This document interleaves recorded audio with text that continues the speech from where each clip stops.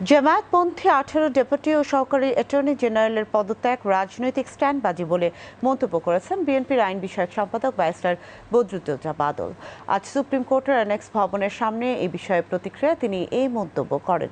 বিএনপির আইন বিষয়ক সম্পাদক বলেন, সবসময় অ্যাটর্নি জেনারেল অফিসের সরকারি attorney general, deputy attorney general, অতিরিক্ত অ্যাটর্নি জেনারেল এবং অ্যাটর্নি জেনারেল এই পোস্টগুলোতে যখনই সরকার পরিবর্তন হয় তখনই এই আইন কর্মকর্তারা স্বেচ্ছায় পদত্যাগ করে চলে যান, এটাই নিয়ম।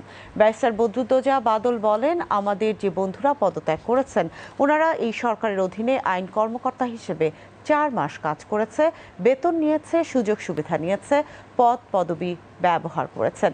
গতকাল ওনাদের মনে হলো যে এখন আসলে পদত্যাগ করা দরকার অথবা রিমুভ হবেন, এই জন্য ওনারা রাজনৈতিক কিছু বিষয় নিয়ে এসেছে যেটা খুবই অনাকাঙ্ক্ষিত। অ্যাটর্নি জেনারেলকে উদ্দেশ্য করে বিএনপির আইন বিষয়ক সম্পাদক বলেন, জামায়াতপন্থী আইন কর্মকর্তারা যারা এই 4 মাস কাজ করলেন এরা সরকারের পক্ষে কাজ করেছে নাকি সরকারের বিপক্ষে স্যাবোটেজ করেছে? এই 4 মাসে তাদের যতগুলো ফাইল ছিল সবগুলো ফাইল খতিয়ে দেখার আহ্বান জানান তিনি।